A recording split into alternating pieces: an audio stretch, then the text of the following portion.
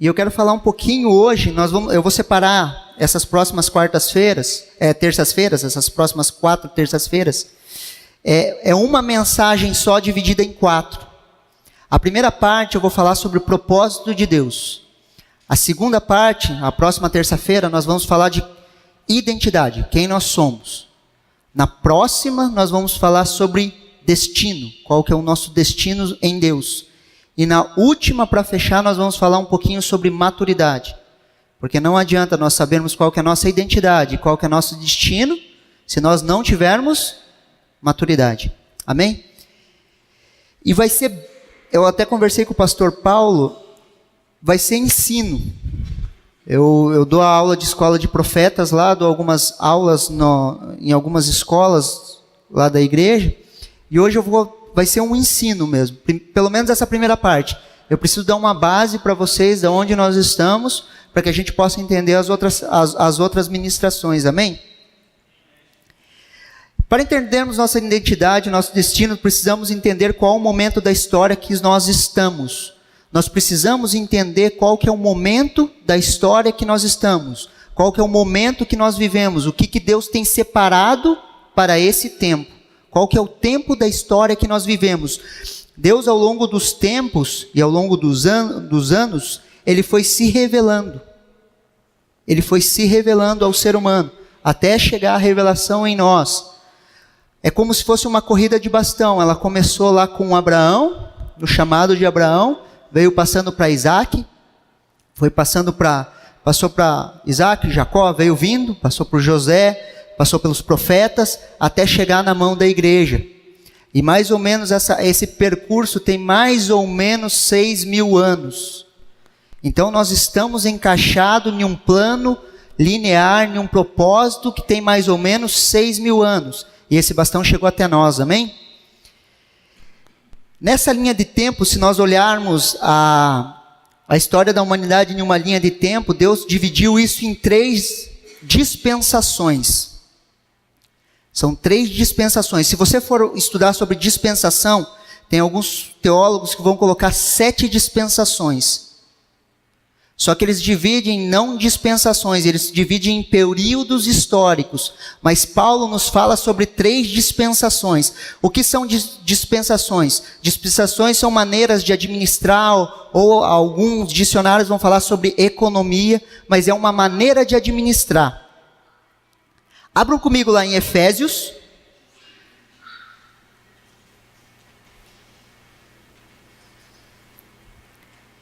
Efésios 3:9. Eu vou falar bastante versículos, eu quero que vocês folheiem a Bíblia, tá? Nós estamos podemos dizer que é um estudo. Efésios 3:9.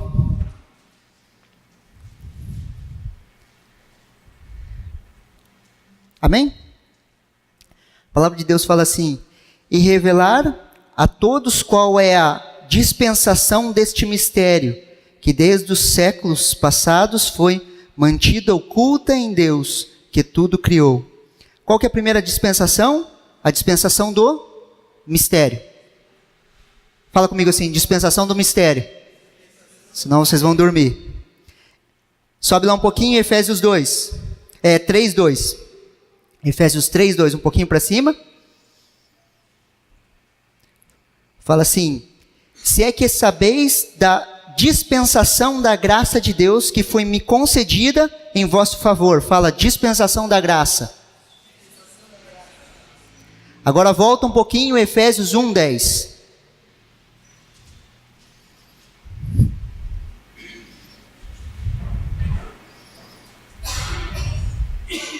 Efésios 1:10. A palavra de Deus fala assim: isto é, de fazer convergir em Cristo tudo quanto existe, todos os elementos que estão nos céus, como os que estão na terra, na dispensação da plenitude dos tempos. Fala, dispensação da plenitude dos tempos.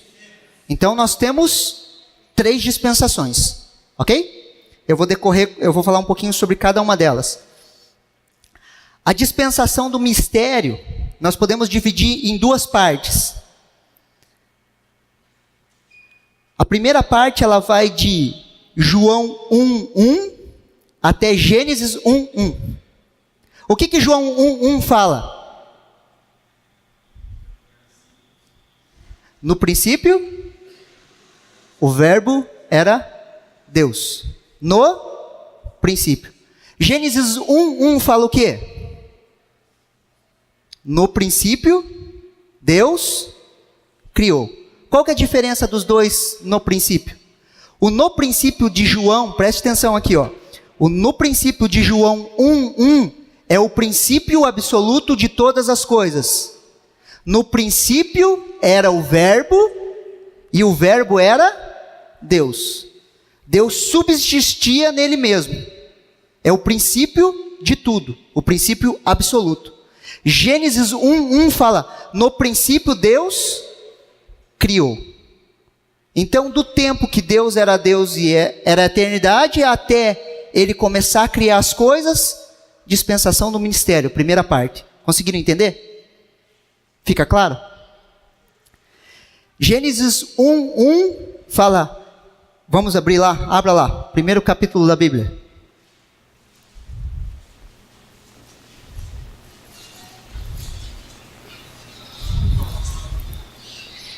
Gênesis 1:1.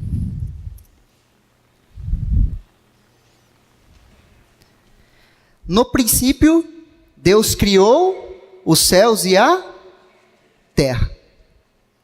Em João 1:1 fala que no princípio o verbo era Deus e o verbo estava com Deus. Jesus, ele é o verbo, amém? Jesus é o verbo. Aonde que Jesus está em Gênesis 1:1? Se Jesus é o verbo,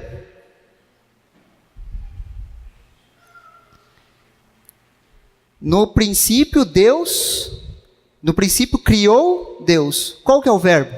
Criou. O verbo sempre vai denotar uma ação. João 1:1, princípio absoluto, o verbo estava com Deus.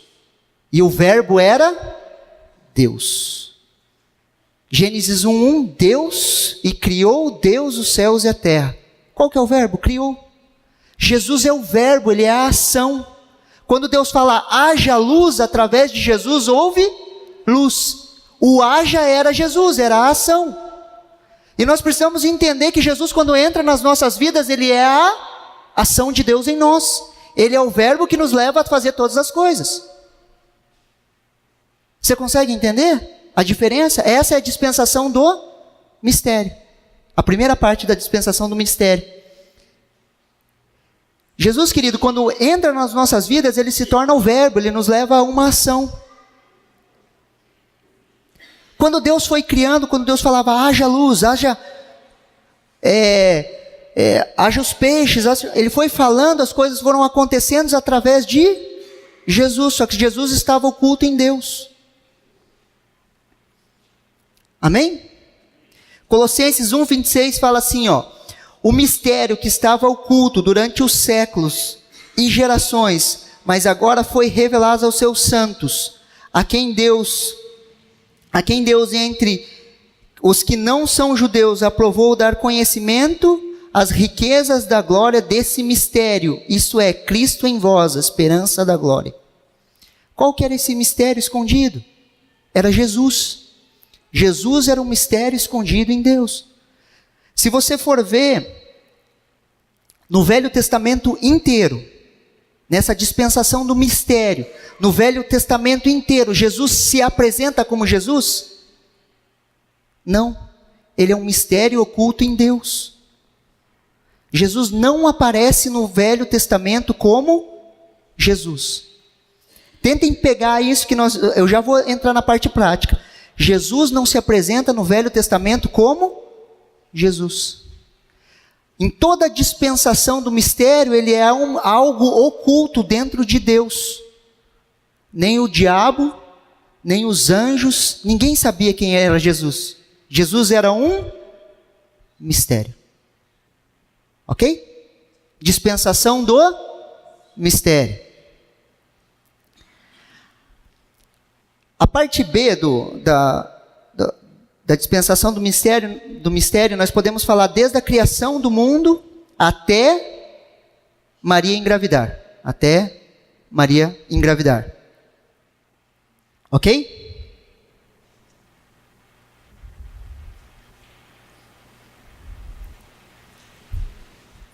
Muito difícil? É um pouquinho só de teologia, só para a gente encaixar onde nós estamos. Vamos falar agora um pouquinho sobre a dispensação da graça. Efésios 3:2 fala assim: se é que sabeis da dispensação da graça de Deus, que me foi concedida em vosso favor.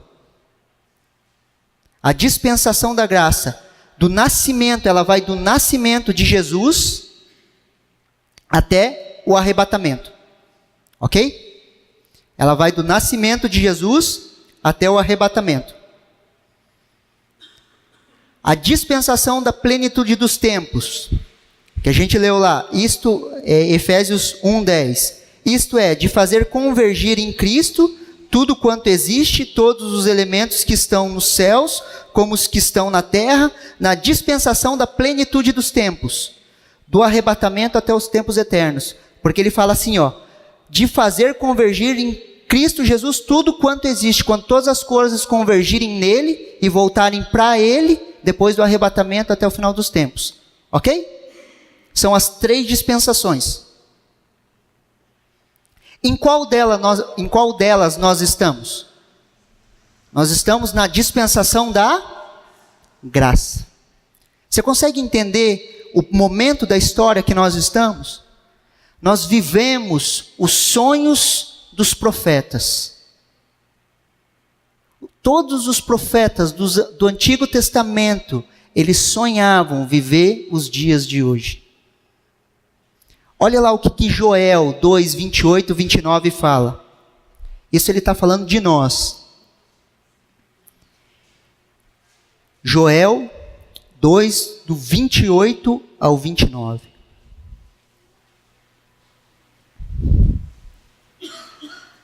A palavra de Deus fala assim: e há de ser que depois derramarei o meu espírito sobre toda a carne, e os vossos filhos e as vossas filhas profetizarão, os vossos velhos terão sonhos, os vossos jovens terão visão, e também sobre os servos e sobre as servas naqueles dias derramarei do meu espírito. Quais são os dias? Os dias que nós vivemos. Ezequiel 11, 19 ao 20, fala assim: e lhes darei um só coração, e um espírito novo porei dentro deles, e tirarei da sua carne o coração de pedra, e lhes darei um coração de carne, para que andem nos meus estatutos, e guardem os meus juízos, e os cumpram, e eles serão o meu povo, e eu lhes serei por Deus. Todas as vezes que os profetas tinham uma visão do nosso tempo, eles sonhavam em viver os nossos tempos. Quando Joel olha, ele vê o derramar do Espírito Santo sobre as nossas vidas, o derramar do Espírito Santo, o mover do Espírito Santo em nós, ele deveria imaginar: eu gostaria muito de estar no tempo deles. E qual que é o grande problema? Toda vez que nós lemos a Bíblia, nós queremos voltar lá atrás, falando: nossa, como eu queria ser como Elias. Cara, Elias queria ser como você. O que você experimenta hoje de Deus, Elias não experimentou. O que você experimenta hoje de Deus, os profetas do passado não experimentaram. Olha o que Hebreus fala, Hebreus 11, 39 e 40. Preste atenção.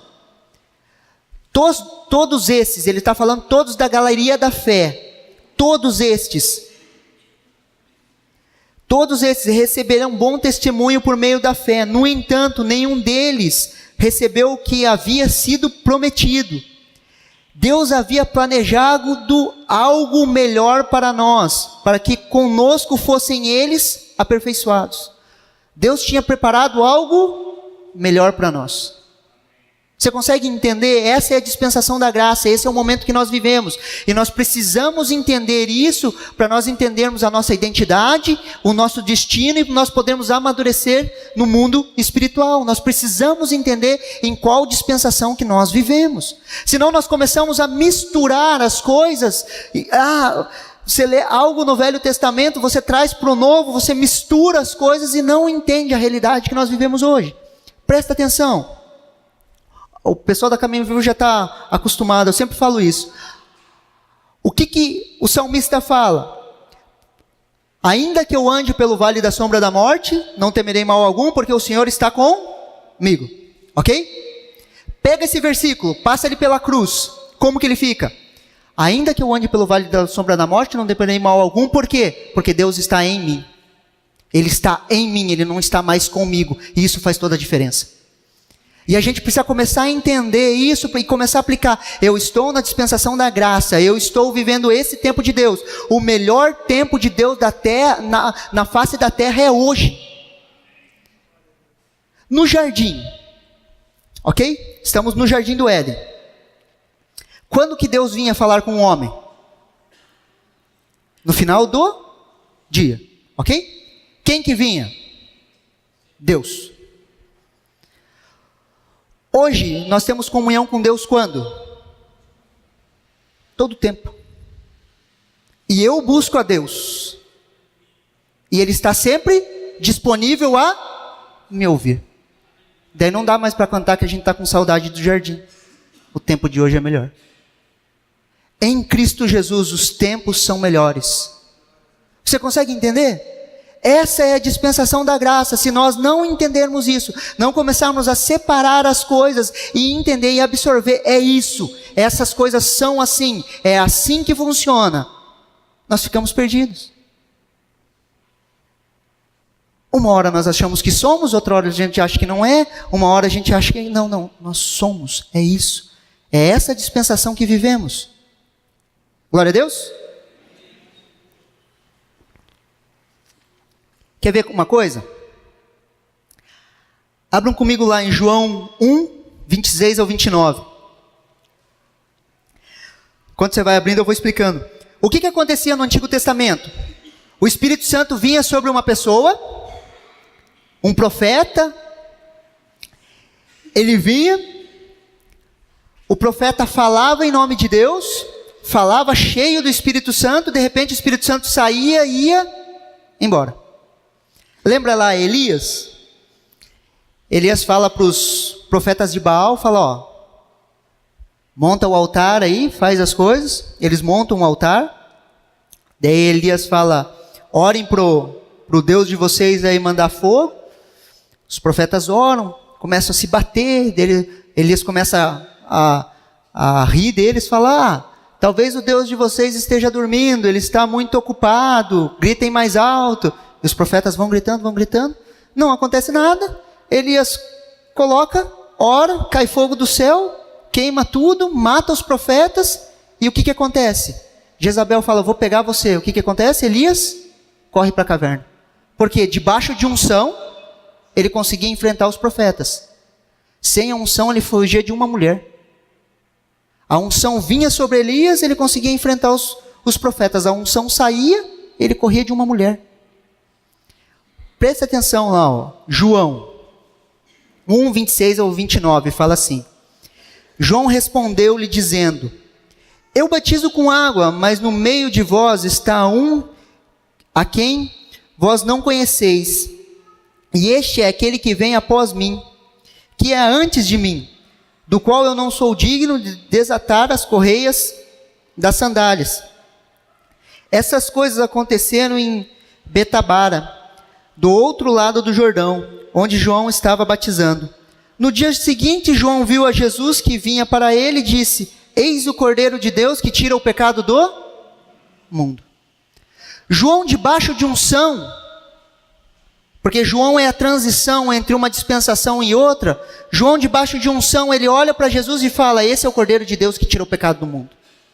Debaixo de unção, João consegue reconhecer e falar, ele é antes do que eu não sou digno de atar as sandálias dele, e ele é o Cordeiro de Deus que tira o pecado do mundo. Ok? Agora abram lá em Mateus 11.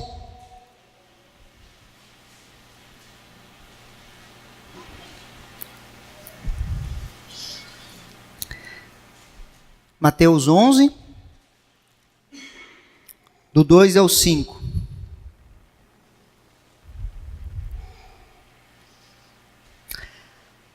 João, debaixo de unção, fala que Jesus é o Cordeiro de Deus, reconhece ele. João é preso, passa alguns dias no cárcere, e olha o que acontece. E João, ouvindo no cárcere falar dos feitos de Jesus, enviou 2 dos seus discípulos, e disse-lhes: És tu aquele que há de vir, ou esperamos outro? E Jesus respondeu e disse: Ide, anunciai a João que as coisas que ouvi e vedes: os cegos veem, os coxos andam, os leprosos são limpos, os surdos ouvem, os mortos são ressuscitados, os pobres é anunciado o evangelho. Você consegue entender? João, debaixo de unção, ele reconhece a Jesus. Quando ele vai preso, o que acontece? Ele volta atrás. Ele não consegue manter a postura dele. Por quê? Porque o Espírito de Deus veio sobre João e saiu. O Espírito Santo não tinha sido derramado ainda. O Espírito Santo veio sobre João, ele reconhece: esse é o Cordeiro de Deus, que tira o pecado do mundo. Ele vai preso, sem o Espírito Santo, ele volta atrás. Será que esse é Jesus mesmo? Lembra de Paulo e Silas na prisão? Paulo e Silas foram presos, chicoteados, açoitados, foram colocados no cárcere inferior, presos, cheios do Espírito Santo. O que eles fizeram? Louvaram e adoraram a Deus, diferente de João. Mas por que João não teve a mesma postura? Porque João não tinha o Espírito Santo nele, como nós temos hoje. Você consegue entender que há uma diferença entre o Velho e o Novo Testamento? A antiga aliança e a nova aliança? João era a transição. Olha que interessante que Jesus fala sobre João. Em Mateus 7, 28.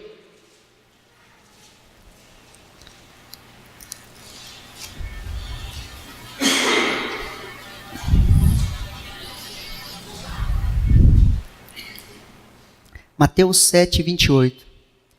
E eu vos digo que, entre os nascidos de mulher, não há maior profeta do que João Batista.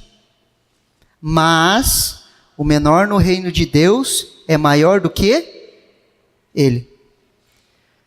Dos nascidos de mulher do Antigo Testamento para trás, João Batista é maior de todos os profetas. Ele é maior do que Elias, ele é maior do que Eliseu, ele é maior do que Moisés, ele é maior do que todos os profetas, os nascidos de mulher.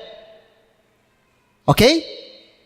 Só que Jesus fala que o menor no reino de Deus é maior do que João. O menor de nós hoje é maior do que João. Sabe aquela pessoa que acabou de aceitar Jesus e recebeu o Espírito Santo nela? É maior do que João. Você consegue entender em qual tempo da história nós vivemos? Nós vivemos os melhores anos da revelação de Deus na terra. E nós precisamos absorver isso, nós precisamos entender isso. Porque senão nós vamos começar a fazer que nem o povo do Egito, fala: Deus, onde estão os seus grandes feitos que os nossos pais contam? Não, queridos, o melhor de Deus está agora, é agora. O melhor tempo de Deus sobre a terra é o hoje. Hoje que nós manifestamos a Deus na terra. Aleluia?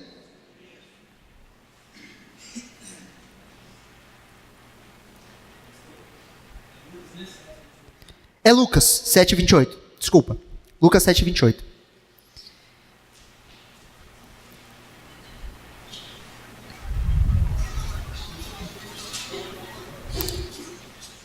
Entendemos onde que nós estamos?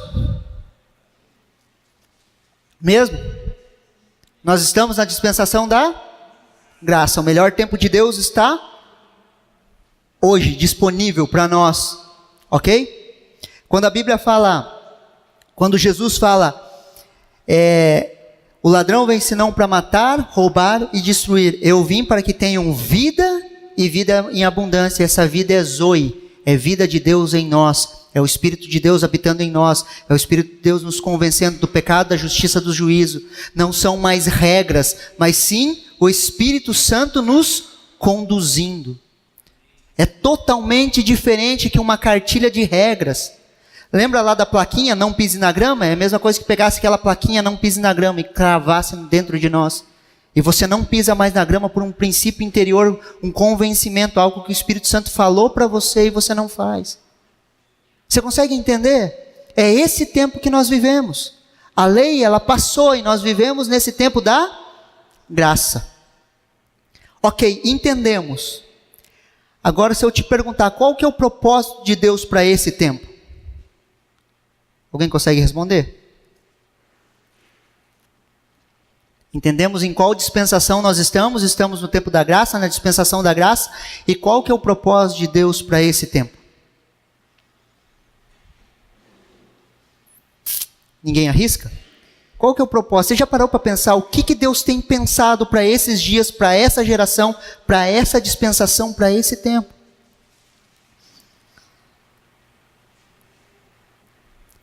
Deus tem, o propósito de Deus para esse tempo se chama igreja. Esse é o propósito de Deus para esse tempo. Sabe quando Deus coloca Adão para dormir, abre Adão, e da costela de Adão ele tira uma mulher para Adão? Lembra? Quando Jesus está na cruz, o homem fura o lado dele, sai sangue com água, o guarda fura o lado dele, sai sangue com água. O que isso representa? É a noiva, dali que Deus está tirando a noiva de Jesus.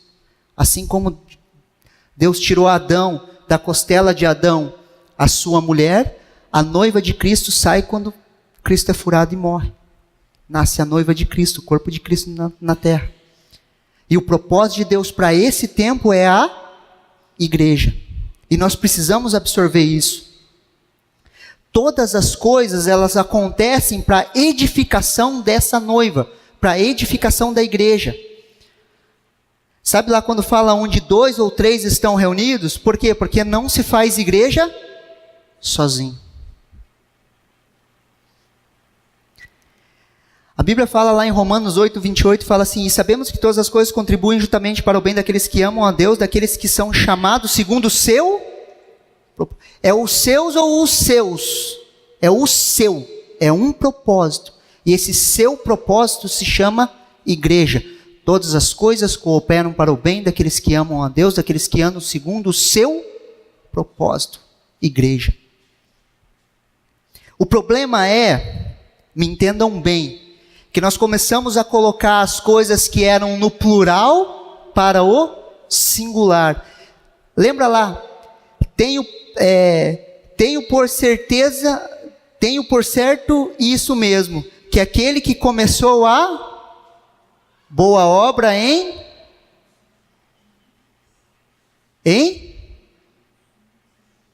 vós.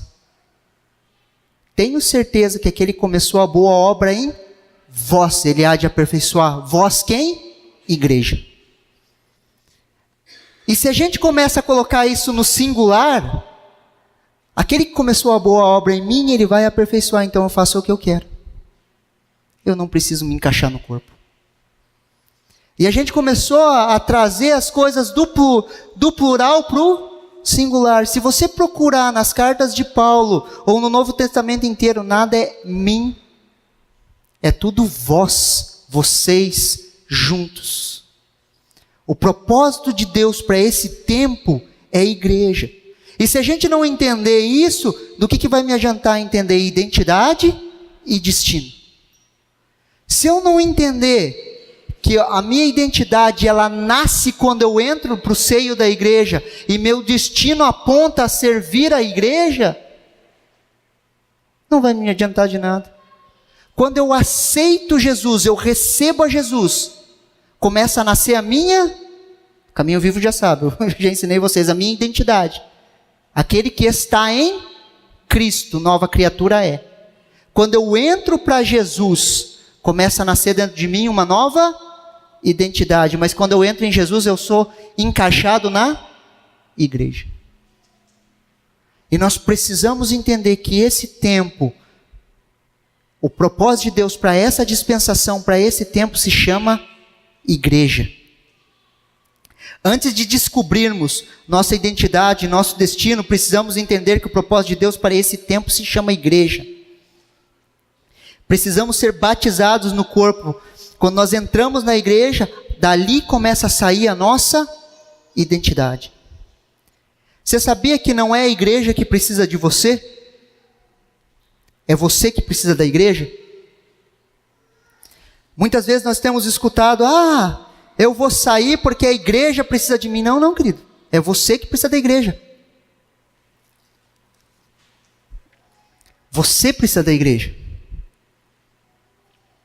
Quer um lugar melhor para você morrer do que igreja?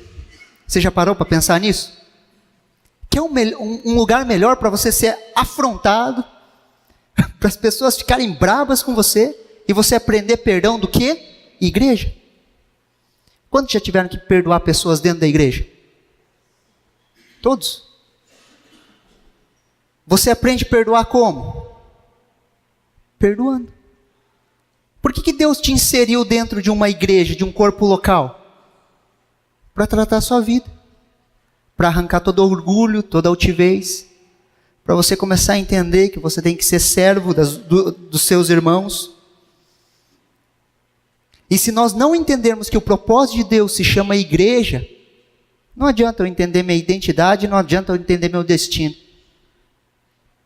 Porque tudo vai apontar para a igreja. Tudo vai apontar a servir a igreja. Olha lá em Filipenses 2:3, o que fala?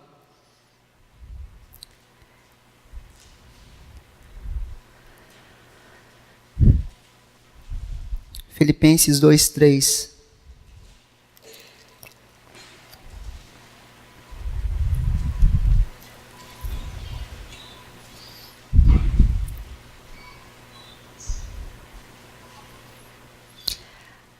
Nada façais por contenda ou por vanglória, mas por humildade. Cada um considere o outro superior a si mesmo. Vocês esperam um pouco, tá? Quem que é superior? Quem que é o superior nesse texto? Você consegue tirar quem que é o superior? Quem que é superior nesse texto? Cada um considere o outro superior a si mesmo. O próximo? Não. Quem eu considerar. O imperativo é quem considera. A palavra considerar. Se eu considero o Antônio superior, ele vai ser superior. Mas ele pode ser meu irmão e eu não considerar. E se eu não considerar ele, ele nunca vai ser superior a mim. E a Bíblia fala, considerai-vos uns aos outros superiores. Nós precisamos considerar o nosso irmão superior. Agora, é fácil? Não. Só que é a única maneira de nós sermos iguais a Jesus. É a única maneira de o caráter de Jesus ser moldado em nós. Jesus ele não considerava superior aos outros. Mas antes ele se humilhou, tomando forma de homem. Ele não usurpou ser igual a Deus. Mas ele se humilhou. Qual que é o melhor lugar para o caráter de Jesus ser moldado em nós? Igreja. Igreja. Você pode pular de um lado para o outro falando que a culpa é do teu líder, que a culpa é de fulano de tal que não... Você vai pular de um lado para o outro e o tratamento sempre vai ser o mesmo. Passa o tempo, você vai perceber que o problema não são os outros, o problema sou eu. O problema não é a igreja, o problema sou eu. Por quê? Porque eu preciso aprender a me submeter à palavra de Deus e eu preciso aprender a considerar o meu irmão superior a mim mesmo. E eu preciso entender que o propósito de Deus é a igreja e que todas as coisas giram em torno da edificação dessa igreja, dessa casa, dessa noiva. Ah, pastor, mas você sabe, tem o sistema que não... A Bíblia é tão clara, cara. Foi plantado trigo e foi plantado joio. Tem como arrancar o joio sem matar o trigo? Então por que você está querendo arrancar o sistema? Como que vai fazer uma revolução arrancando o sistema se é o joio que foi plantado? Isso só vai ser separado na dispensação da plenitude dos tempos, quando os anjos do Senhor virem e fizerem separação. Ame o joio. Ame o joio. Ame, nós não temos alternativa. Ame o joio. Ah, não, nós temos que mudar, o sistema está todo errado. Quem disse?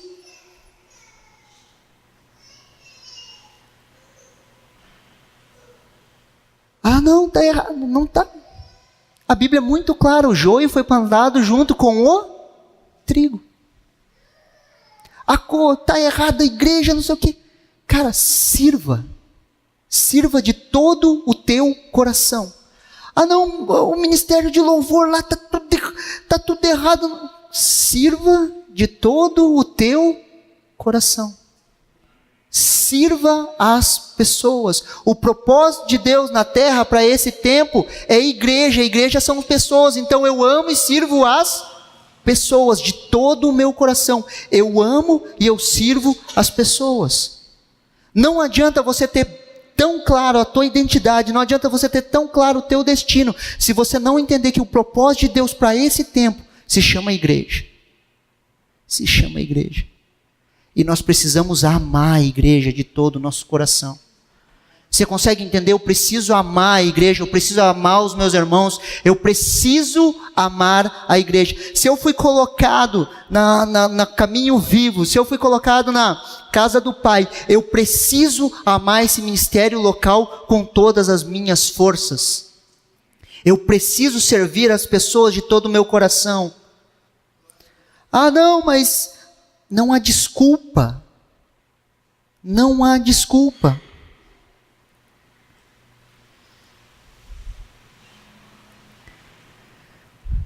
A única maneira do orgulho sair de dentro do nosso coração, preste atenção, a única maneira do orgulho sair de dentro do teu coração é você aprendendo a se submeter à sua liderança. A gente precisa aprender a se submeter à liderança. Ah, não, mas eu não concordo. Foi Deus que te plantou naquele lugar? Se submeta. Aprenda. Morra para o teu senso crítico.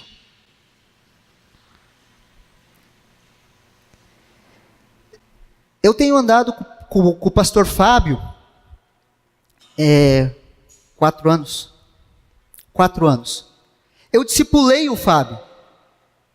Quando o Fábio veio para a igreja, eu discipulei ele. Ele se tornou pastor, foi para o seminário. Quando ele voltou, eu comecei a andar junto com ele. Eu estava na igreja, se fosse para contar por tempo, desde 1995, ele veio em 2007. E quem que se submete a quem? Eu me submeto a ele. Igreja. Igreja. Propósito. Igreja, eu preciso aprender a me submeter. Eu preciso me colocar debaixo de liderança. Por quê? Porque o propósito de Deus é a igreja. Igrejas são pessoas, nós precisamos amar o nosso corpo local, aonde nós fomos inseridos, nós precisamos entender esse propósito e amar esse propósito. Lembra lá o versículo que o pastor Paulo iniciou a celebração? Vamos abrir junto?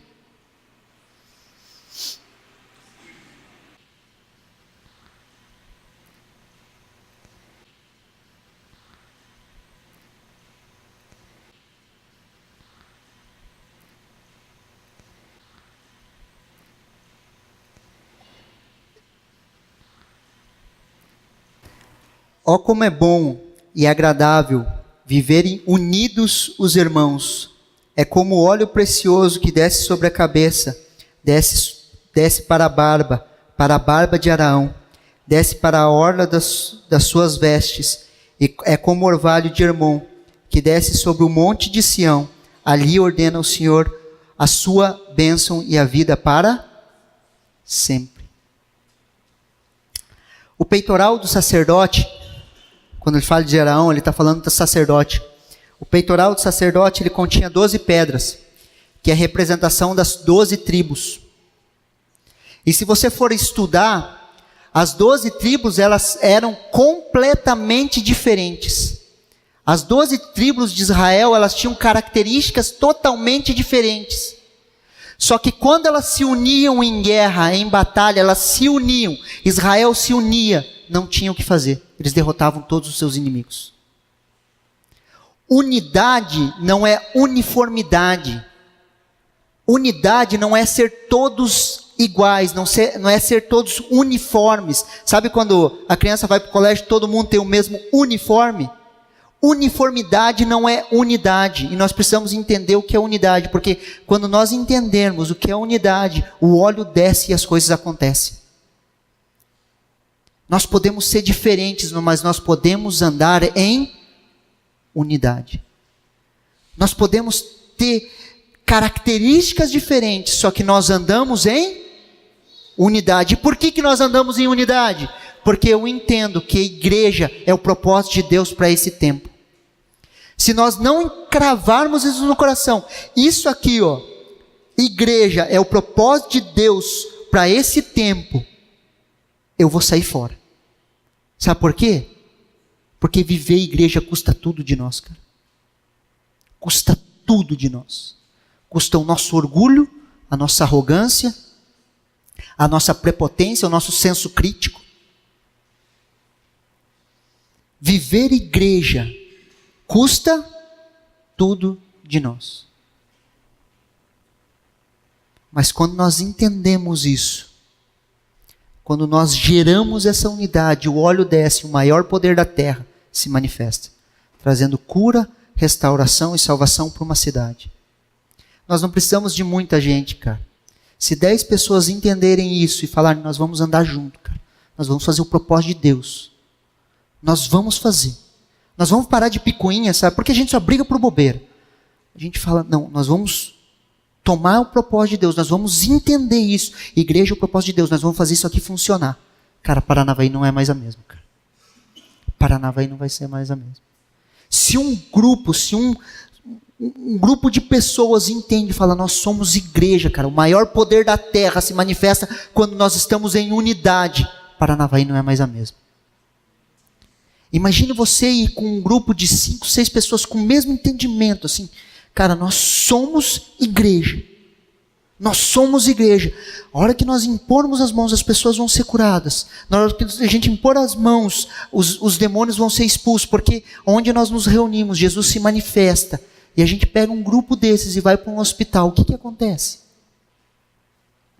Vocês já pararam para pensar? Toda vez que eu e o pastor Fábio vamos fazer uma visita, eu falo para ele, cara, eu falo, o maior poder da terra, cara, vai acontecer, vai acontecer. E acontece, cara, é demônio que manifesta, é pessoas que são libertas, pessoas são batizadas no Espírito Santo. Por quê? Porque é igreja, cara, isso é igreja.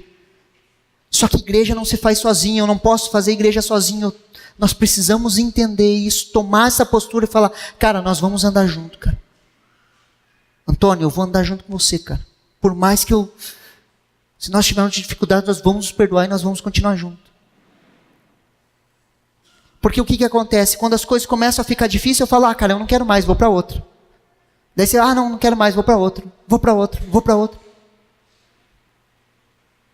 Nunca há unidade, nunca há entrega, nunca há, sabe, crescimento. Só que nós precisamos entender, o propósito de Deus para esse tempo se chama igreja. Jesus morreu para que a noiva nascesse. A noiva só aparece depois que Jesus morre. Jesus morreu para estabelecer esse propósito, a igreja dele, a noiva dele. Amém?